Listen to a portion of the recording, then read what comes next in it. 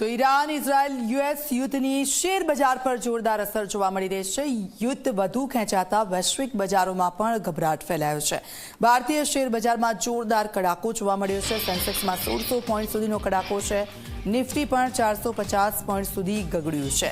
Bank નિફ્ટીમાં પણ 1400 પોઈન્ટનો કડાકો છે। સેન્સેક્સ 75,250 પર છે। નિફ્ટી પણ 23,300 પર છે। વૈશ્વિક બજાર તૂટતા ભારતીય શેર બજાર પર તેની અસર જોવા મળી। તો યુદ્ધની શરૂઆત થઈ અને ત્યારથી જ શેર બજારમાં જે કડાકો જોવા મળી રહ્યો છે અને આજે પણ જે રીતે નિફ્ટી 450 પોઈન્ટ સુધી ગગડ્યું, બેંક નિફ્ટીમાં પણ 1400 પોઈન્ટનો કડાકો જોવા મળી રહ્યો છે।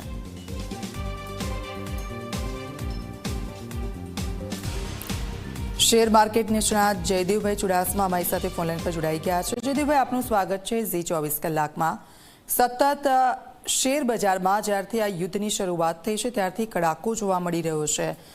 કેવી અસર આગામી સમયમાં રહી શકે છે? હજી બિલકુલ ખાડી દેશોમાં જે યુદ્ધની પરિસ્થિતિ થઈ ત્યારે આજે 17-18 દિવસ થવા આવ્યા અને હજી સુધી પરિસ્થિતિમાં કોઈ હરવાશ જોવા મળે એવી કોઈ શક્યતા દેખાતી નથી।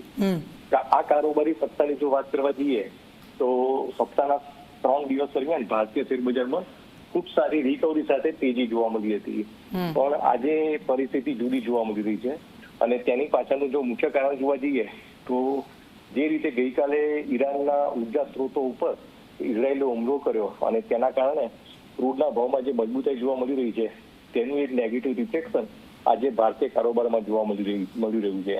અને ગઈકાલે મોડી રાત્રે HDFC બેંકના ચેરમેન પદેથી જે રાજીનામું આપવામાં આવ્યું તેનું પણ એક નેગેટિવ રિફ્લેક્શન આજના કારોબારમાં જોવા મળી રહ્યું છે। ઓવરઓલ જોવા જઈએ તો સતત 3 દિવસની તેજીમાં જે મજબૂતાઈ જોવા મળી હતી તેમાંનો 70% જેવો ઘટાડો આજે ભારતીય કારોબારમાં જોવા મળી રહ્યો છે। રોકાણકારોએ શું કરવું જોઈએ? Wait and watch? બિલકુલ, હાલની જે પરિસ્થિતિ છે અને સેન્સેક્સ અને નિફ્ટી તેના લાઈફ ટાઈમ ઉત્તમ સ્તરથી અત્યારે 14-14.5% નીચે આવી ચુક્યા છે અને સ્ટોક સ્પેસિફિક ડેમેજ નિફ્ટી અને સેન્સેક્સ કરતા પણ વધારે જોવા મળી રહ્યું છે। ત્યારે હું રોકાણકાર મિત્રોને કહીશ કે ભારતના જે બેઝિક ફંડામેન્ટલ છે તે ખૂબ જ ઇન્ટેક્ટ છે અને ભારતની જે ઇકોનોમી છે તે ડોમેસ્ટિક કન્ઝમ્પશન પર આધારિત છે અને દુનિયાભરના રાષ્ટ્રોમાં જે યુદ્ધની પરિસ્થિતિને લઈને જે પરિસ્થિતિ નિર્માણ થઈ છે તેની નેગેટિવ ઇફેક્ટ દુનિયાના અન્યના રાષ્ટ્રોની સામે ભારતને ઓછી થશે।